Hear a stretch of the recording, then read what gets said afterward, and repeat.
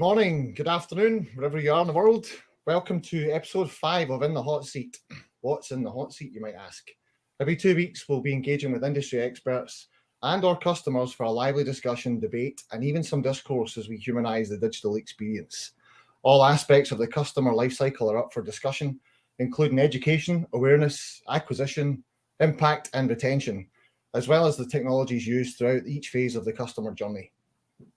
This is now the third episode of a 5-part series focused on enterprise sales. To those streaming us live on LinkedIn, we recommend you switch to either YouTube or Facebook now by swapping over to one of those platforms by clicking one of the links below. LinkedIn has a known bug that hasn't been resolved yet that causes your stream of a broadcast to restart without warning. That bug doesn't exist on YouTube or Facebook, so click over now. So today's episode, we're going to discuss what the term customer engagement means in the context of enterprise sales. For the last several years, there's been a lot published about customer engagement from the perspective of sort of corporate strategy or marketing execution, but not so much about what customer engagement means to the role of the enterprise salesperson. I think in so many companies, the focus of sales management seems to be on the salesperson's level of activity versus the quality of the customer experience or quality of the customer interaction. It seems like marketing has been working to improve the quality of the customer experience across all its channels, only to hand off the customer to the sales organization, who isn't necessarily incentivized or thinking the same way.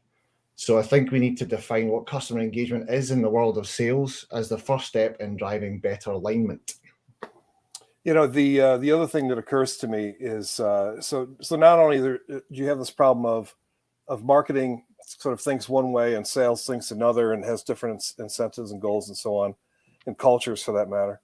But you know, the other thing that maybe we'll get to in this episode, maybe it'll be another episode, is just the virtual selling paradigm is another sort of challenge on top of this whole thing, right? So I read a study from the Rain Group not that long ago, and there's a few statistics I want to rattle off. The first one is 91% of responders said that gaining buyers' attention and keeping them engaged was either more challenging or very challenging to do virtually.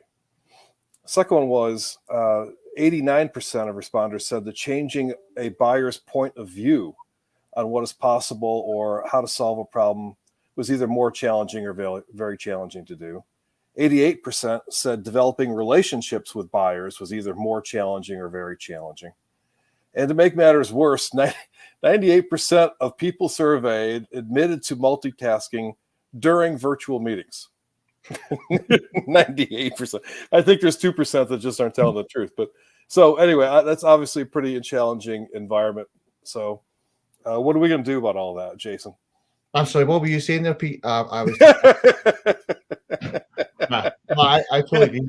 So listen, I think we should get somebody else's perspective on it, and Yes. Why don't we bring our guest in to help? Let's do that. Okay. So you're going to introduce Gregg?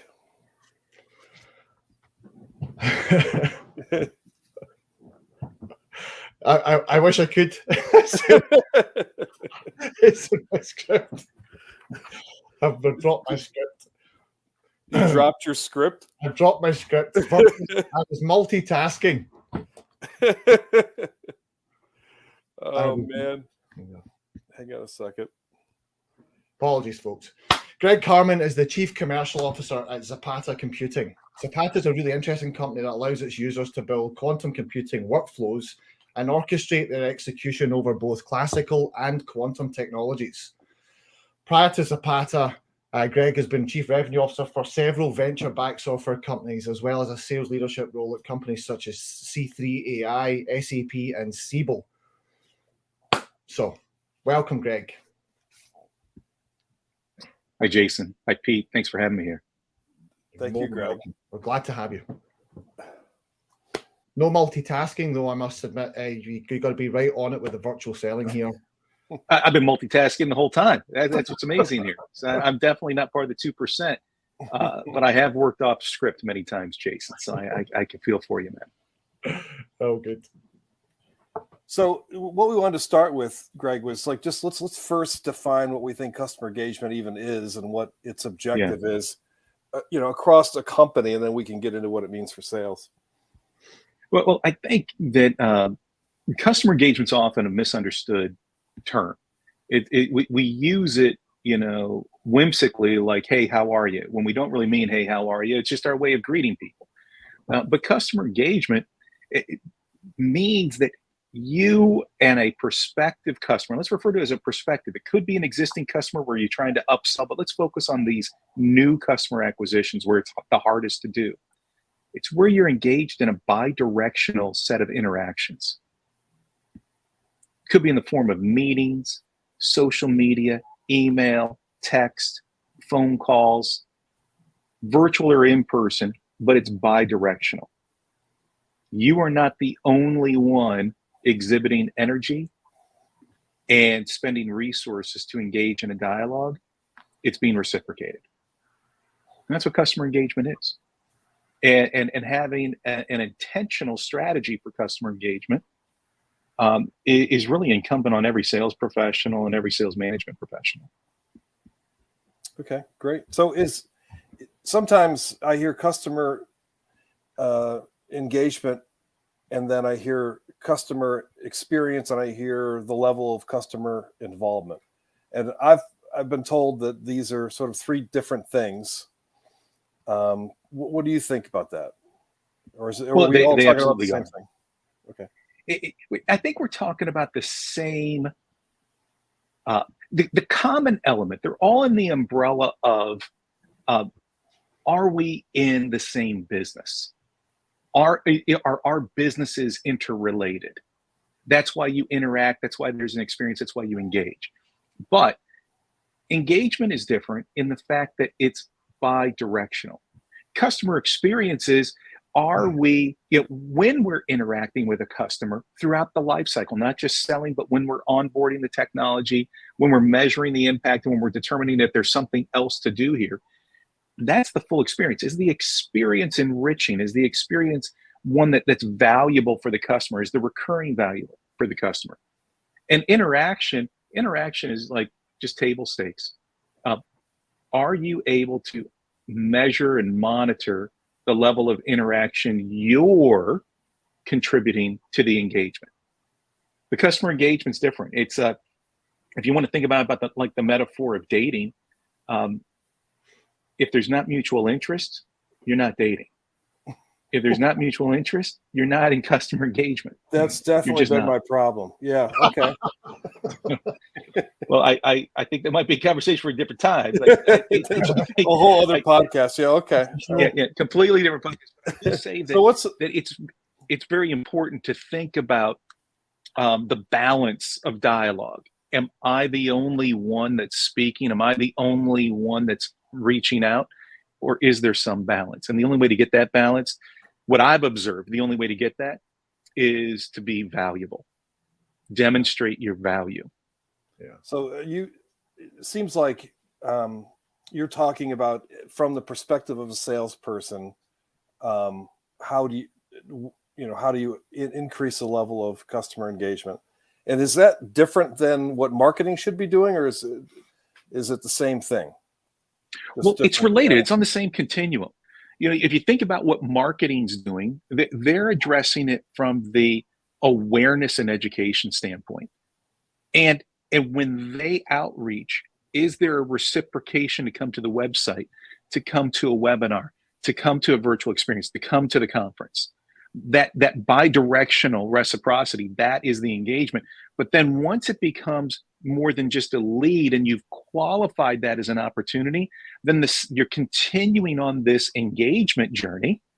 And now as a sales rep, you're not only exhibiting your value to the engagement, but you're also articulating the potential for recurring value of your product or solution you're offering to the business. Yeah, and unfortunately, it's so often missed by sales teams as they go through that engagement cycle. Greg, what would you say is the main difference between customer engagement as you're defining it and the dynamics of enterprise sales in particular? Now, I'll give you a thought. So there's this concept of zero sum game. I win, and these other people have to lose, i.e., my competition. And the idea of marketing, when you talk about education, it seems like it's a little bit less binary than salespeople are hired to win deals and drive revenue. And if they're the guy that's losing all the deals, then they're not contributing. They're not doing their part of this continuum as you described it, right? So to me, that's a pretty stark difference between marketing in particular. You could make the case that the customer service is more like sales in that I have to fix this problem the customer has in this interaction, and sales, there's this sort of series of interactions, and if you don't execute one well enough to get invited back, right? So somebody else is probably getting invited back, and you're not one of them. So it's each one of these interactions to me is this sort of zero sum game kind of level of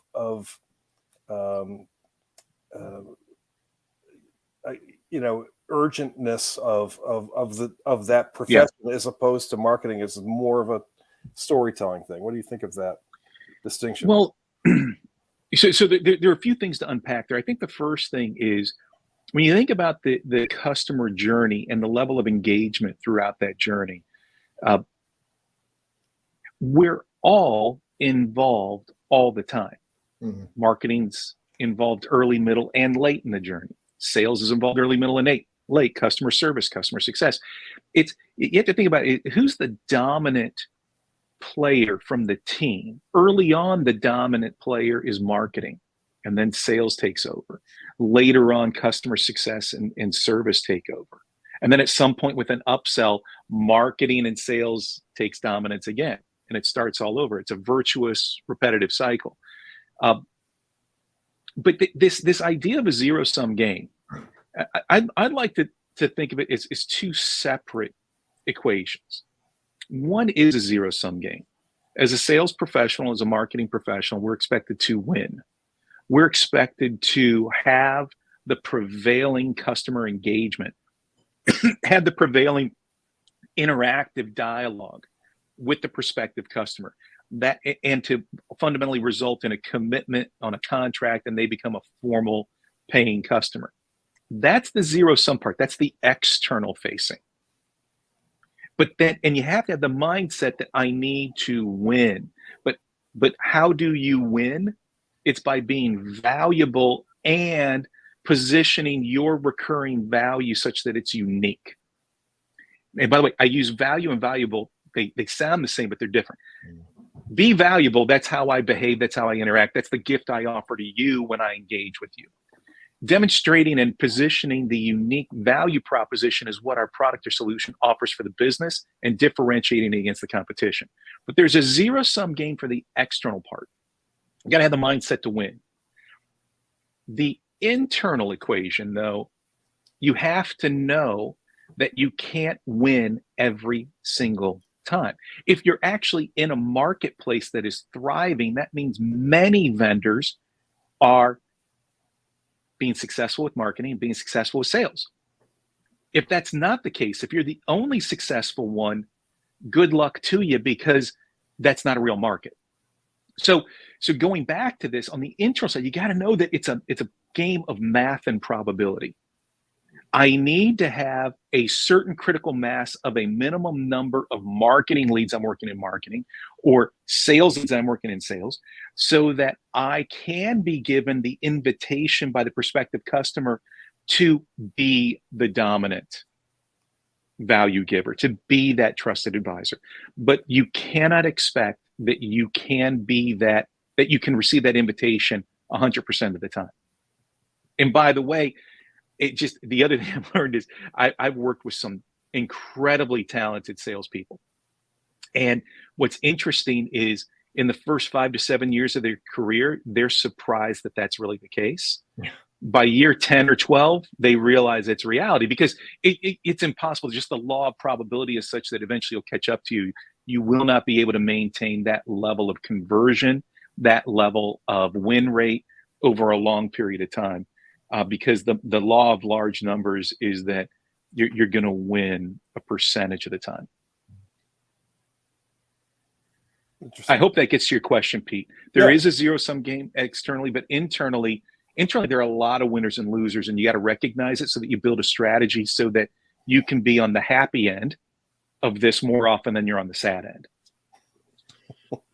I think that's also shifted quite significantly since we became such a digitally enabled workplace and enterprise now. I think there has been a significant shift across both that sales and marketing gambit of the educated or the much more educated buyer than previously known. So the zero-sum game, or actually the game of chance that you play in terms of being able to convert customers, is skewed as well because of that digitally enabled customer that has all the information at their fingertips at all times and access to all that competition, which never used to be the case. I want to put up a graphic for a second and talk about sort of how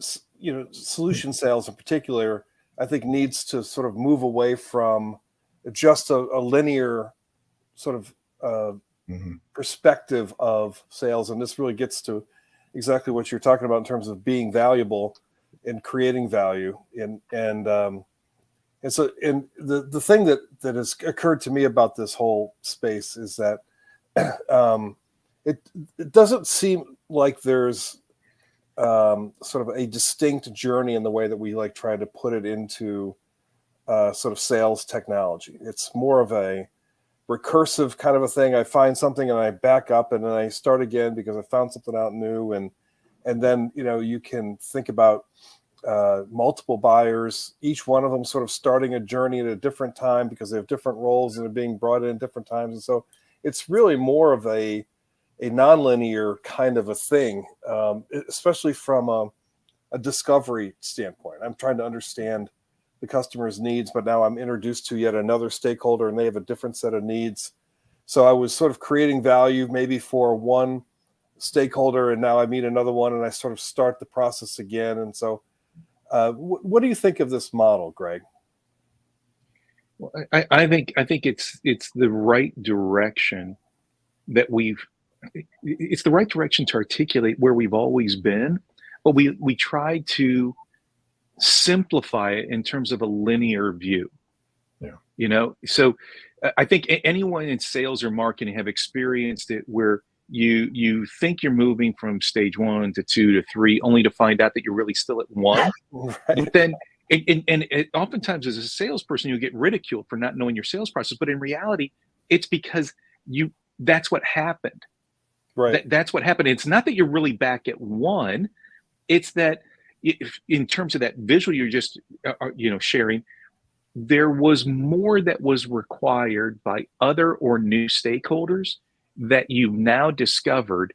So you now have more discovery to do or more value to differentiate before you're actually invited into the real part of the exercise. And I think it's really helpful for anybody in sales or marketing to approach this as not as a linear path, but as almost a big mosaic. And that's what I like about what you have here. And sometimes that mosaic, you're gonna have filled in all the different parts of the matrix. And other times you're gonna find that parts of it disappear and you gotta fill those in again. And then other times the board gets wiped clean and you kind of got to start all over.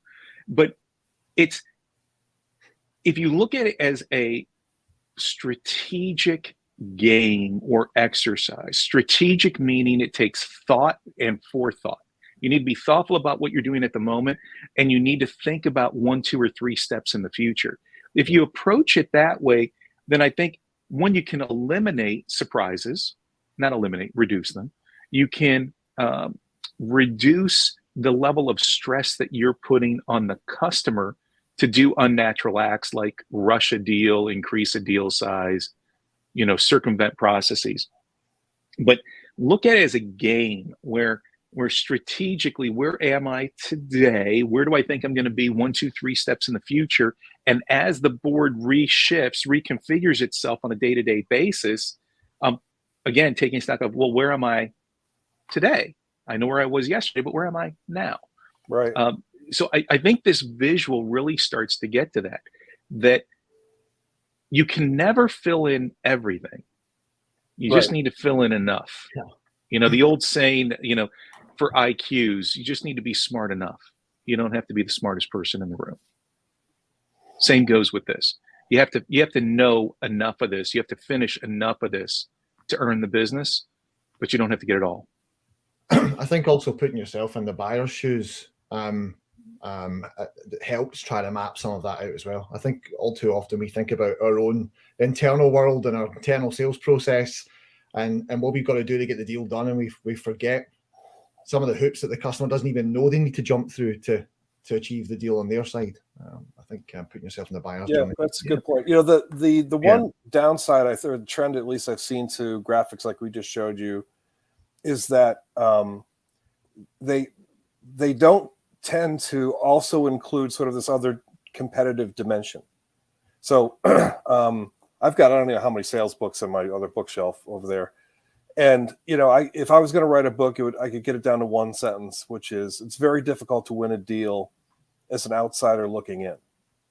So to me, that graphic that we just showed it's not just that, it's also a race between you and your competitors to get to that insider status position. And you know, that's when the customer starts telling you things you didn't even ask, because they trust you and they want to work with you, and they don't have time to work with 5 vendors for the same thing. So they're trying to sort of thin the herd as fast as they can and get to the person they want to be spending quality time with, because there is so much information to share to get to that endpoint. And I think that's part of the strategic role of a salesperson today is helping even the customer understand what they should be asking, right? How do I make a decision for digital transformation of XYZ when I've never done it before? Yeah, the best advice I was ever given is that enterprise selling sadly has the word selling and implies sales in it, because what you really are is you're trying to teach someone how to buy your stuff, and it's because they've either never bought something like yours ever, you know, or they're newer to the role. They're trying to make a statement that they are innovative and using technology to create that innovation in the case of technology enterprise selling. And they need to learn how to navigate their own systems, navigate their own processes. So we're a lot of times the value that we offer as a rep is, let me help you get organized. Let me help you with tools that you can use internally. Let me help you understand what I've seen at other places that are required to get done. Have you thought about this, that, and the other thing? You know, come up with a joint close map. You know, and a lot of times if you want to change the direction from it being me-centric, like a joint close plan, that's all about closing the deal, to a joint launch plan, which is more about the customer. When are you going to launch the project, which requires a completed contract? Then focus on, recoin it that way. Right. I think the other thing that I learned is when you're early in your career, a lot of times the best way to add value is through hustle and insight. Yeah. When you're later in your career, the best way to add value is expertise. And there's a difference. When you're younger, you go find out what the heck is really going on.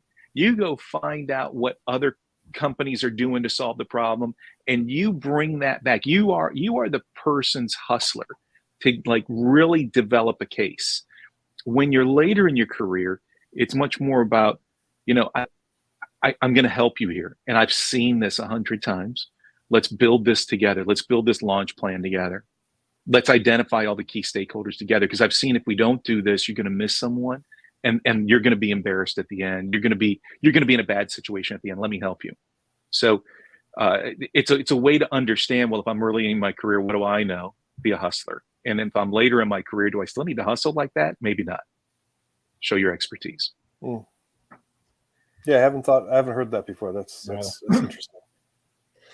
I think just in the subject of building things, would you say that technology and the technology industry has actually helped augment the seller in his journey? There's the two legs of the stool. The marketing, the customer service seem to have made real strides over the last decade or so, but the sales leg seems to be a bit shorter than the other two. And I wonder if you've got a thought on, Greg. Are we really helping the seller's journey or hindering it with the abundance? I think we're on the verge of a new era in sales enablement, sales enhanced capabilities. So if you look at the last, let's take it since the mid 1990s, mid 1990s to like the early aughts, so like 1995 to 2005, it was really about getting Salesforce automation out there.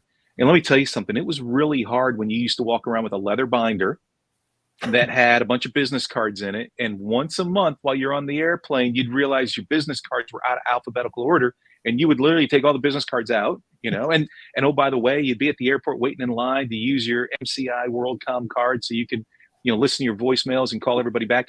But what happened in that decade was real enhancements to sales enabled technology to really allow us as a core company to understand our entire pipeline, our entire lead funnel.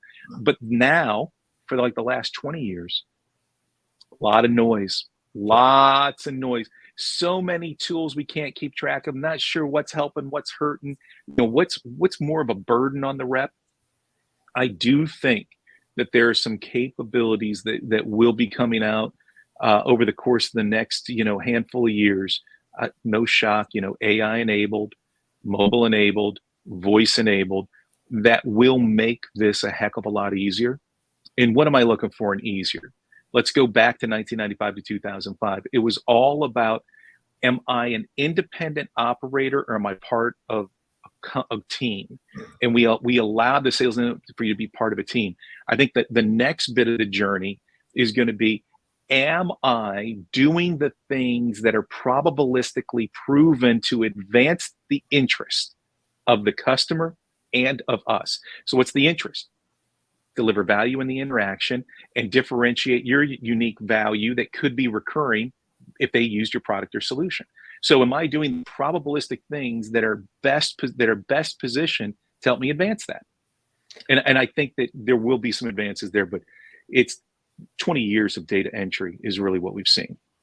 I also think that I do believe there are some amazing things to come, but in the same light as the data entry, the CRM, and the advancements we've made so far, is I think builders have got to think about how they execute that to take the bad process out of it. Because how many pieces of these technologies have you seen that have been badly implemented over time, badly adopted, not used properly, and we continue to have the same issues that we had 20 years ago, albeit with a plethora of technology. So I think how do we do it and execute it in a manner that it's actually going to provide the value without the human error aspect of it being badly implemented or poorly executed. Greg, you said, am I doing the right things, which is just such a great question. And I was talking to a VP of sales not that long ago who said, when he got the job 8 years ago, he instantiated the things that he did that made him successful. And he goes, Pete, I don't know if they're still working. I mean, I don't do that job anymore. Yeah. And so sort of getting into the weeds of all of these things that we're doing now, do they still fit given the market dynamics we have today and the competition we have today? And that maybe there's different stakeholders involved now, and that all just changes the mix. And to me, it's like the idea of you need more activity. Okay, which activity?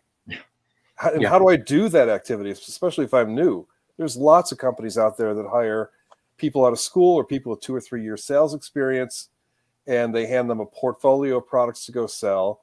And just the complexity of just that task for somebody who hasn't been, in enough selling situations yet, it's overwhelming. I think we're setting people up to fail by you're putting them in situations where there's so much complexity without the right kind of help. Well, I've got a view on this. I think that there are two different buckets to put things in. Bucket number one is what are the tools I need to be using today based on, where we're at as a society, as a workforce. So, use your video conferencing as much as you can, right? Use text and WhatsApp and any form of chat for asynchronous communication with your client as much as you can. Use social media to promote, to engage. I want to be careful about engage, to promote and share awareness as much as you can. All right. And then there's the thing that I just think is humans, as humankind, that I think we've lost touch with. I don't mean this in some big grandiose, I'm going to share some breakthrough. I just think that we like to talk and we like to engage in conversation. And I do think that one of the things that I have to remind my teams of for the last 5 years, and it really amplified since the pandemic, is don't forget to just talk. Yeah. When was the last time you just called somebody? Yeah. I mean, here's a test for you. When was the last time you called somebody without texting them first? Are you free? Yeah. But oh, by the way, if you're saying are you free and you're still calling them, I'll still take that as a win. Yeah. But when was the last time you just chatted with someone for, I don't know, 3 to 7 minutes, just because you had a question? You didn't email it. You didn't request to schedule a call. You didn't send it to 3 people and copy 3 others. You just called. And I think that that's important. Now, in some enterprise selling environments, based on the buyers and the sellers, you might find that that's replaced more with asynchronous chatting and texting. It's okay. I believe the most important part is the asynchronous one-on-one dialogue that's more intimate, it's more relational, and it's less about, I've got an agenda. It's more about, I was thinking about this. I still don't know what you mean by customer engagement. And I just had a question for you. And you talk about it. And then about 90 seconds later, you say, well, I hope I answered your question. Yeah, you did. Thanks, man. Call me anytime. Yeah. And when you're in the context of a sale, I just don't think we do that enough. But you can't lose sight of these other tools. I'll add one other thing on the tools that I've been shocked by. I mean, floored by. If you would have asked me 3 years ago if the move to virtual selling was going to be embraced or rejected, I'd say, look, people still do business face-to-face. You know what? Everybody seems to be pretty cool with the fact that we don't have to wait 6 weeks for a really important meeting to occur. And we don't have to confine ourselves to a conference room in some, city that we have to fly to. Everybody seems pretty cool with the fact that I can schedule a video conference for 30 minutes in 3 days. Okay, that sounds fine to me. So I never would have guessed that. I'm embracing it. My teams are embracing it, but we still do need to, we still need to shake hands. We still need to be across the table. We still just need to talk, call, speak, Yeah. I max headroom is what comes to mind when I think of the difference between a video call though and in person. I mean, the body language, what does the person have in their office that defines them as a human being? It's a lot easier to make, to get to know the person personally and to engender more trust if they don't have a blurred background, as an example, or I don't know what the hell blurred background, man. Hey, I had like pipes and stuff. It's like all warehouse look. Like I'll have questions. So you're a janitor in your part time. Okay, all right. I know exactly. Important information. I live in the custodial closet. That's where I am. So we had a number of different comments, but one of them was I'll just pick one of them and throw it out there for you. It was that what do you think of the idea of marketing as a function within all departments as opposed to sort of a standalone silo? I fully embrace it. I think that there's an opportunity for marketing to be part of all departments, to improve internal communications, to improve alignment around culture, to improve how we engage with our prospects, with our partners, with our investors. I support it 100%. And I'll even say that I think there's a niche where video, led by marketing, the use of video for storytelling internally and externally, can be taken to another level. Yeah, totally agree. And the as you were speaking, it really occurred to me that in the early days of a company, I don't think you have a choice. The line between what sales is and marketing is, you're constantly learning from the market at such a rapid rate that having those conversations without marketing being involved, or marketing, thinking they're going to do something without, interacting with sales to figure out if that can be accomplished from a sales standpoint. I think it's just really critical the earlier you are in the company's life cycle. I think the collaboration as well, the suite of tools and capabilities that we have from a collaborative standpoint now means that sales and marketing can actually partner at any point in time, at any point in the customer's journey or the sales process, and actually deliver joint value to the customer base, whether that's selling or educating. In fact, I think there's a lot of collaboration now that's you couldn't have done that even 10 years ago to the same extent that you can now. Yeah. So I want to circle back to sort of our initial concept, which is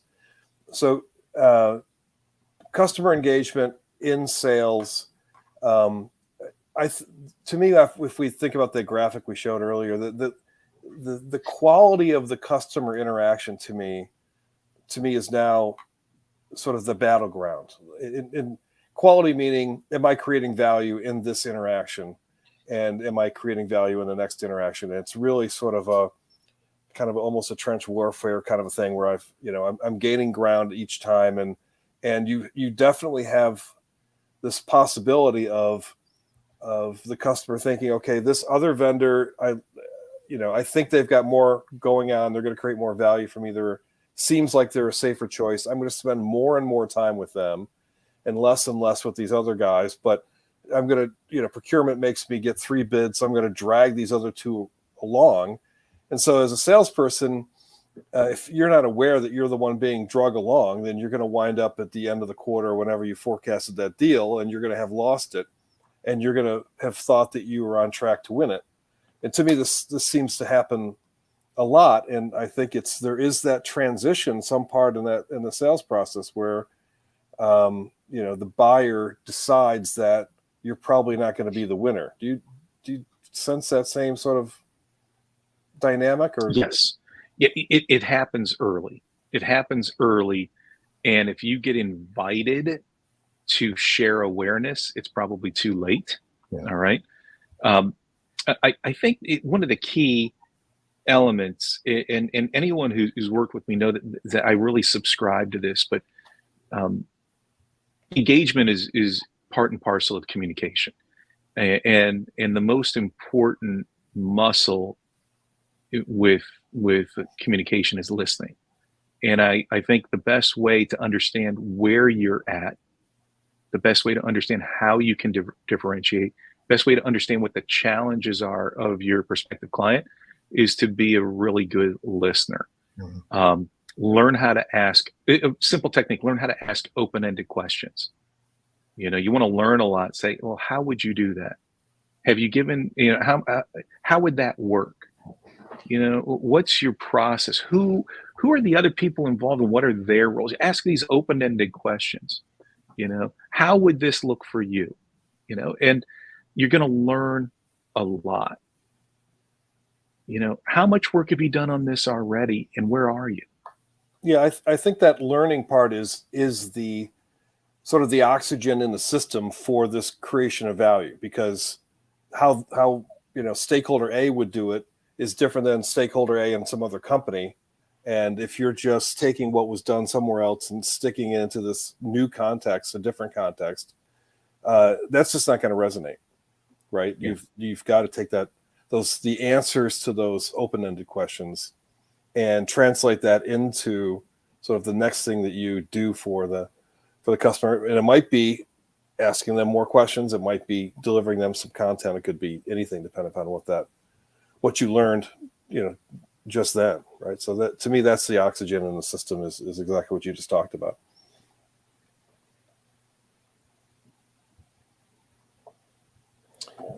Anything else from our discussion board here?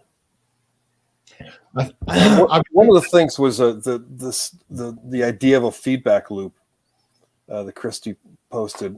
I think that's one of the things when we were talking about technology a little while ago that seems to be missing to me in a lot of these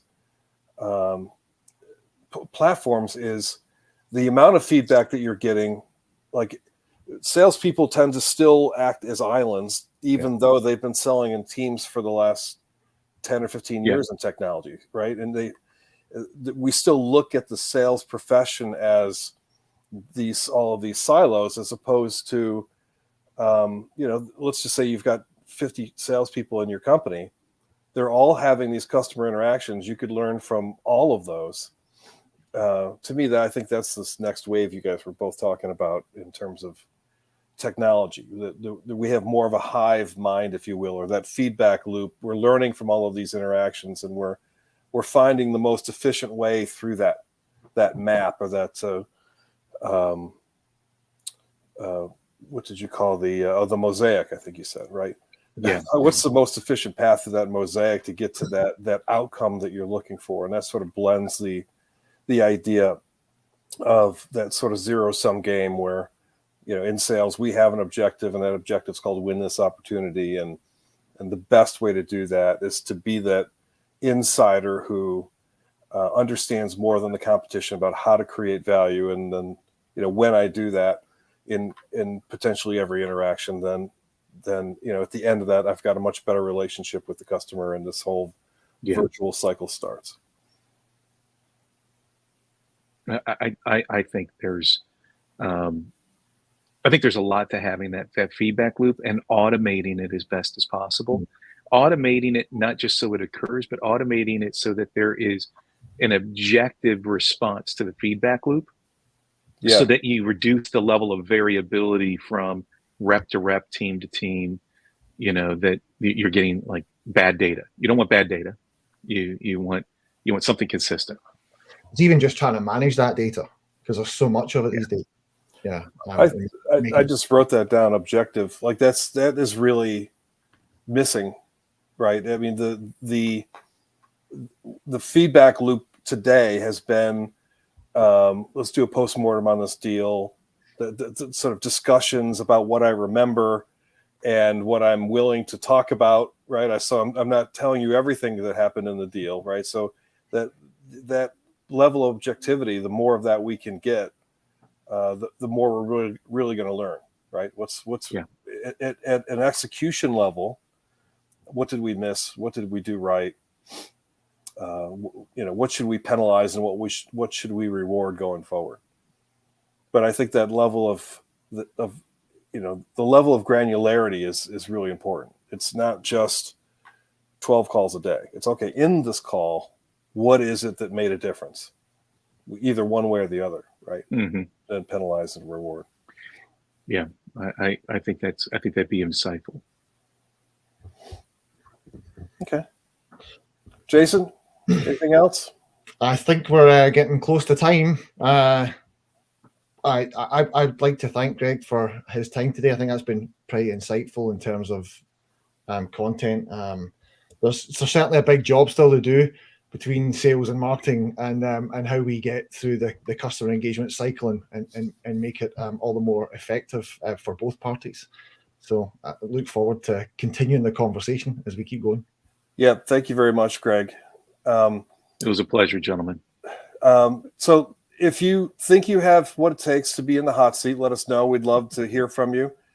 That's your In the Hot Seat episode for today. Thanks very much for being with us. I'm Pete Smith. And I'm Jason Lundy. So tune in next time for different faces, different topics, and different perspectives as we put someone different in the hot seat. Thanks again, Greg.